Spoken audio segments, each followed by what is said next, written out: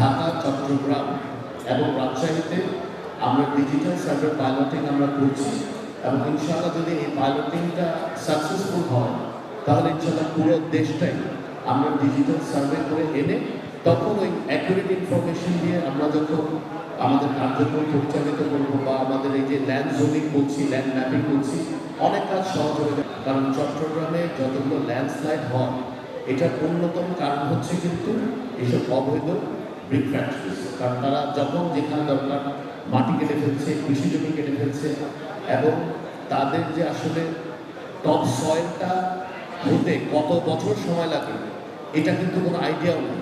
তার মানে তারা টপ সয়েল নিয়েই তারা ইট বানায় ফেলতেছে, এই ধরনের কাজ করতেছে। এই ধরনের টেকনোলজি ব্যবহার করে এনকারেজ হোক যেখানে আমাদের ইকোলজিক্যাল ইমব্যালেন্সটা নষ্ট হবে না, আমাদের পরিবেশটা নষ্ট হবে না এবং আমাদের যে কৃষি জমি আছে, আমাদের 20 কোটি মানুষের দেশে কিন্তু জমি খুবই অপ্রতুল।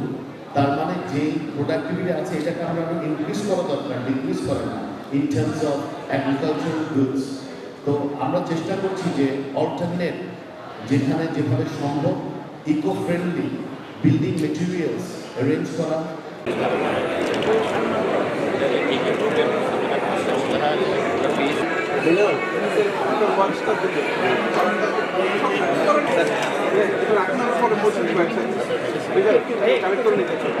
So we would now like to warmly receive him with flowers.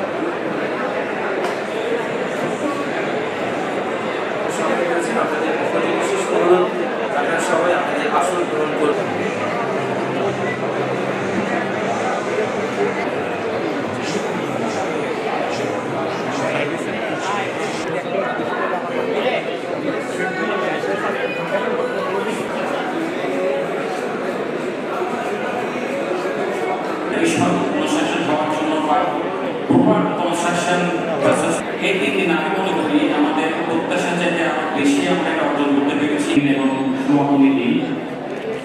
এই দিনে উপস্থিত আমাদের সংগঠক বীর মোহাম্মদ হেলালুদ্দিন